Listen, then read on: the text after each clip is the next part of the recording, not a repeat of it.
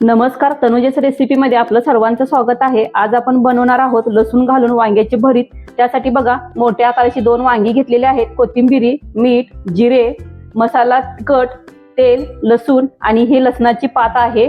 सर्वप्रथम आपण वांगी अशी कट करून घेऊ, अशी चाकूनी। दोन्हीही त्याला तेल लावून घेऊ। वांग्यांना छिद्रे पाडून घेतलेले आहेत। आता आपण ह्याला तेल लावून घेऊ।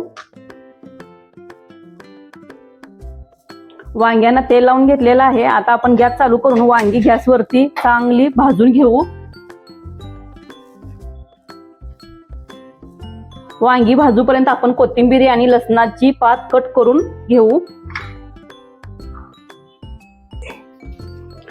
अशा पद्धतीने दोन्हीही वांगी गॅसवरती चांगली भाजून घेऊ आपण। वांगी थंड झाल्यावरती ह्याच्यावरली साली काढून घेऊ। अशा पद्धतीने वांग्यावरली साली काढून झालेल्या आहेत। आता आपण लसूण, कोथिंबीर आणि लसणाची पात, जिरे हे सर्व खलबत्त्यामध्ये बारीक करून घेऊ। आता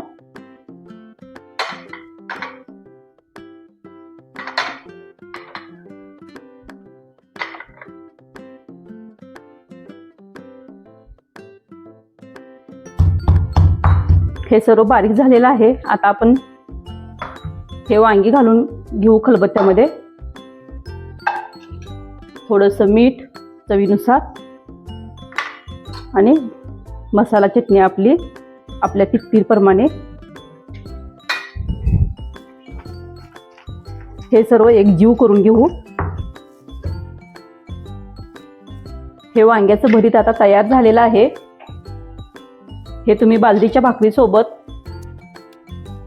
ज्वारीच्या भाकरीसोबत, भातासोबत, कशासोबतही खाऊ शकता। एकदम छान लागतं खाण्यासाठी।